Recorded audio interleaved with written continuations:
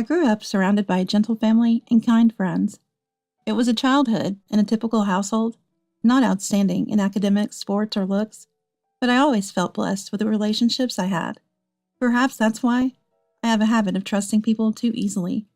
Because of this, I've often been called naive or an oddball throughout my life. This story is about an episode with my naive self and a pitiable mother-in-law, Carol, who harassed me. My name is Rosie. I'm a 31-year-old sales associate. I just married Arnold last year, and we're still in the honeymoon phase. We often talk about wanting kids soon, but are enjoying our life as a couple. Arnold's parents live in their own house, about a 20-minute drive from our apartment. Once a month, Carol invites us over for dinner at their place. My friends worry. Isn't it hard going to your in-laws every month? Asking. But it's not a burden for me.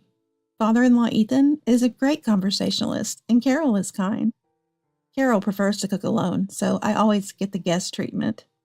It's easier than being at the apartment. I just laugh and chat with Ethan and Arnold while they drink, and the meal is served. Except for one thing. Ugh. Today, Arnold and I were invited over for dinner again by Carol. But as soon as I tasted the soup she made, I let out a groan. Ew. What's wrong, Rosie? Arnold looked at me puzzled. This soup tastes unique. Something I've never had at home. It's delicious, Carol. Really? Thanks. There's more if you want. Yes. I forced a smile for Carol.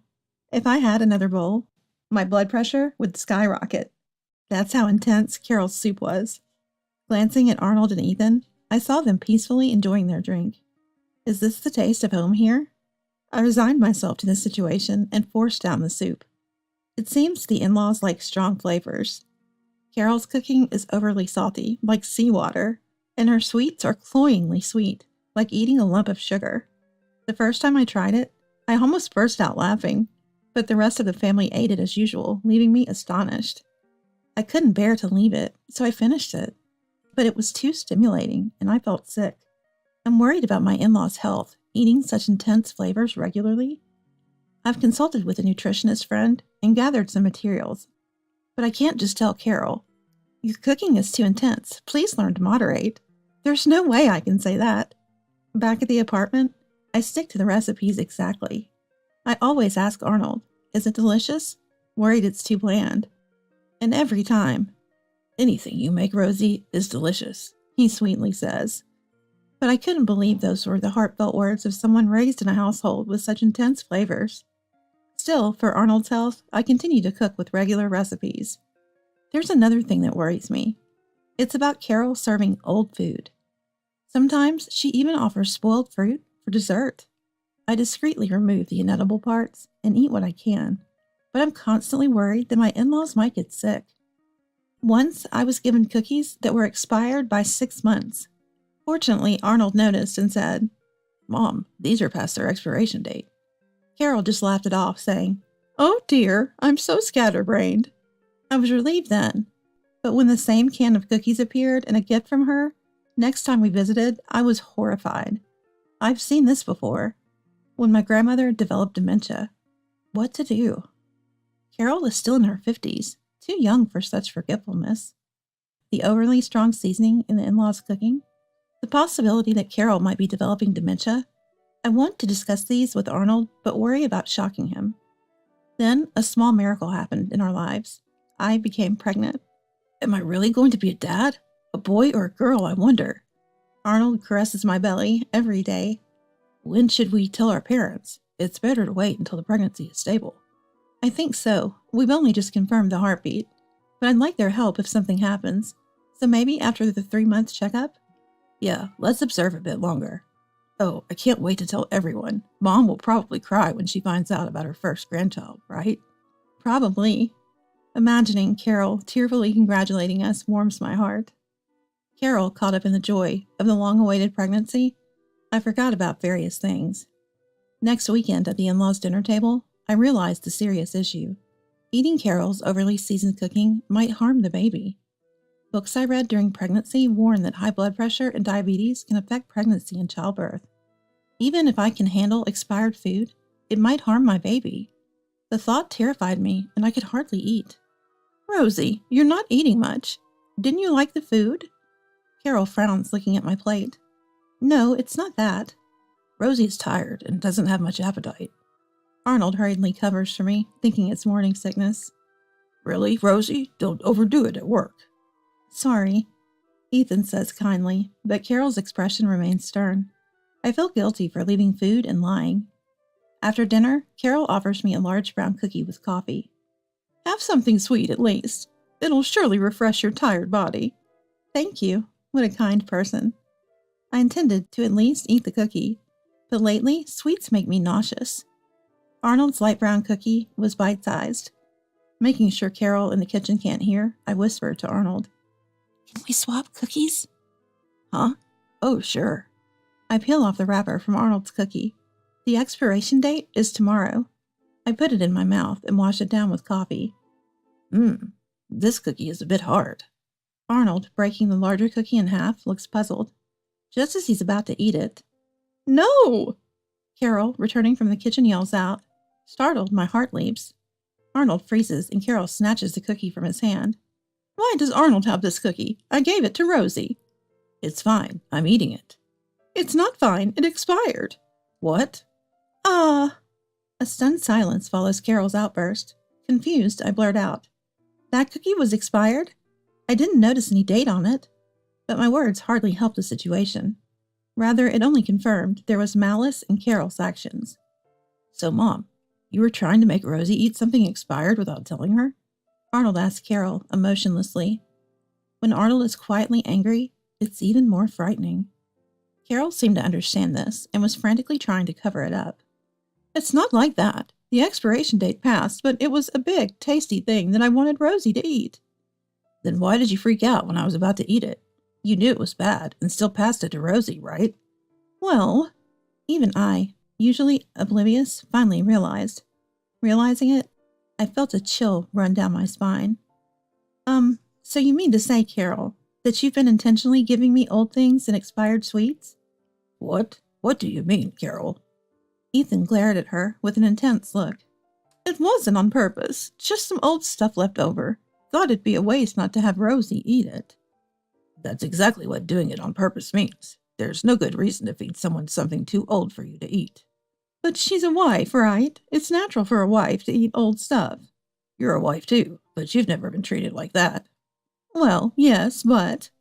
Carol, panicking, slammed the table. Watching her, I felt my heart growing cold. The Carol I loved was nowhere to be seen. I was utterly disappointed, thinking it was all an illusion. The betrayal made her look not kind but hideous, frantically making excuses. That made me wonder about something else. Was all that also Carol's malice? Was the overly strong taste of the food also a form of harassment? What? Ethan and Arnold looked surprised. Oh! Carol's face said it all. Arnold grabbed a cup of soup in front of me. No, Arnold! Ignoring Carol's protest, Arnold tasted the soup and spat it out. And then I spat it out. Tastes like drain cleaner. Ethan, trying a bite of the food I hadn't touched, grimaced. Rosie, have you been finishing all this food every time? Yes, I thought this was the taste of this household. Ethan and Arnold ate it too. We had normal seasoning, Arnold explained. I see. So that's how it was. Arnold's shoulders dropped, looking drained. No way, this seasoning is messed up. Plus, you've been eating expired stuff. I thought maybe Carol was developing dementia. Carol's mouth twitched. To think she was not liked by her son's wife and considered a sympathetic old lady with early dementia? Poor woman. Rosie, you're kind. You endured thinking Mom had dementia. Arnold praised me with a gentle voice. In contrast, Mom? Exactly. Can't believe Carol would torment Rosie, who believed in her so much. Ethan and Arnold sighed. I never thought Carol was like that. I consulted with everyone, worried about her taste buds and health, thinking she might have early dementia at her age. Consulted with who? Carol's face went pale.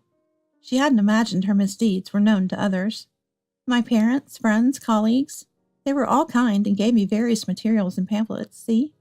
I pulled out pamphlets from my bag, piling them up. My effort of carrying these around, intending to consult Ethan or Arnold, came to use in an unexpected way. Amazing. You were really worried about her. The men were spreading out the pamphlets, seemingly moved. Of course, Carol was furious. What a terrible wife! I'm not sick, you know. The terrible one is you, Mom. Unlike Rosie, who has a pure heart and was genuinely worried, right? Shut up, shut up. I never liked this wife from the start. It finally opened again. Carol finally snapped, pointing at me with a furious glare. My precious Arnold, taken by such a foolish woman. And she didn't even notice the harassment. She must be out of her mind. I wanted a more beautiful wife for him, with a good job, someone I could proudly show off. You're foolish to say such things about such a good daughter-in-law, Ethan retorted. Ethan, you're being deceived by this woman. What? A heated argument erupted between my in-laws right before me. I really was hated by Carol. Knowing it is one thing, but being verbally abused by someone you believed in still hurts. Feeling down, Arnold muttered beside me. Mom, why didn't you tell me this before we got married? Then I could have. Arnold? Carol looked at him with expectation. Right? Surely you're on my side, her eyes seemed to say. If I had known, I would have cut ties with Mom. Arnold! Ignoring Carol's despair, Arnold bowed to me. Rosie, I'm sorry. I didn't know and made you suffer. Arnold, I'm sorry too. I never realized Carol was just naturally mean. Mean? Carol's eyes twitched. She probably never expected to be called that by me, someone she looked down on. I married Rosie because she's so pure. Don't worry, we won't come here again. Wait, Arnold, you can't do this. The one who can't do this is you, Mom. Our child will never meet you. Child? No way. Carol's eyes shifted to my belly. Clever as always, Carol. But if she had realized my lack of appetite sooner, things might have been different. Too busy with her harassment. Let's go, Rosie. Yeah. Taking the hand Arnold offered, I slowly stood up. Wait, I'm sorry, Arnold. It was just a little whim. Carol, desperately clinging, was coldly dismissed by Arnold. You should be apologizing to someone. Carol glanced at me, her eyes filling with loathing. I had no desire for her apology, so I spoke first. Carol, you betrayed me. I can never trust you again. I won't let my precious child meet someone like that. Goodbye. No, no! Carol collapsed with a cry of agony. We left the in-laws' house, Ethan seeing us off, not looking back. We probably won't ever return. It's ironic, but had Carol cherished the daughter-in-law who adored her son, she could have enjoyed a peaceful grandmother life surrounded by grandchildren. Such a foolish woman. Later, I explained the situation to friends and parents who had given me pamphlets. They were either astounded I finally realized or relieved. It seems everyone but me had recognized the harassment, but they listened and prepared materials so they could testify when I finally noticed the harassment. Embarrassing and pathetic. Thanks to the plethora of materials everyone prepared, it was proven how genuinely concerned I was. It helped Arnold and Ethan fully support me. I truly am blessed with the people around me. A year later, I'm busy every day caring for my son Dylan. Today, we're having a home party as a baby shower, and I'm preparing food. Arnold is showing off his wonderful dad skills, playing with Dylan and changing diapers. Then my mobile phone rang with a call from Ethan, who's invited to the baby shower. Assuming he had a question, I answered without hesitation. Hello, Rosie? The voice, trying to sound cheerful, was obviously not Ethan's. I recognized it, even after a year. It was Carol. After declaring estrangement, we moved away from the in-laws' house, sharing our new address only with Ethan. I blocked Carol's phone number, and even had her delete mine from her mobile. Thanks to Arnold and Ethan acting as barriers, we enjoyed truly peaceful days without Carol barging into the hospital during childbirth. Is she trying to ruin that now? Just knowing Carol is on the other end of the phone makes my skin crawl. Ethan's in the restroom right now. It's Dylan's baby shower today, isn't it? Carol must have guessed, not from Ethan, but from the atmosphere of the celebration preparations. Arnold, recognizing the tension in my voice, gestures to take over the call. But I signaled to continue. I'm a mom now, no longer the naive and sweet wife. Rosie, listen. I really feel bad about what I did. It was crazy of me to be so mean. I've been reflecting a lot. So, could I see Dylan soon? I've bought lots of cute clothes and toys for him, please. I wouldn't want toys with needles or bugs in them, so no thanks. What? I wouldn't do something so horrible. But you made me eat such things. That's an exaggeration. It wasn't that bad, right? Salt, sugar, even mold in excess can seriously harm you. I really am sorry. Kind Rosie, you would understand, right? Yes, people often say I'm kind. See? But it's not about being kind. I was just naive and trusted people too much. Once betrayed, I can't trust again. What? So, I'll never trust or forgive you, Carol. I'll never let my precious Dylan meet you. Wait, Rosie. Hey, what are you doing? Ethan? From the other end, I hear Ethan's angry voice and Carol's scream. I quietly press the end call button. I'm sorry, but you've become strong, Rosie. Arnold sighs in relief, resting his hand on my shoulder. Of course, I'm his mom, I say, lifting Dylan from his crib and nuzzling his cheek. His small, soft body, his mouth smelling faintly of milk, his clear eyes reflecting me. Just his presence overflows me with maternal love. I can do anything to protect him. The naive wife is a thing of the past. Something smells good. Maybe the chicken in the oven is almost done. Can't wait. Ah! Dylan, oblivious to everything, happily responds, and we both smile. Being unaware of people's malice was easy and happy. But that was because others protected me.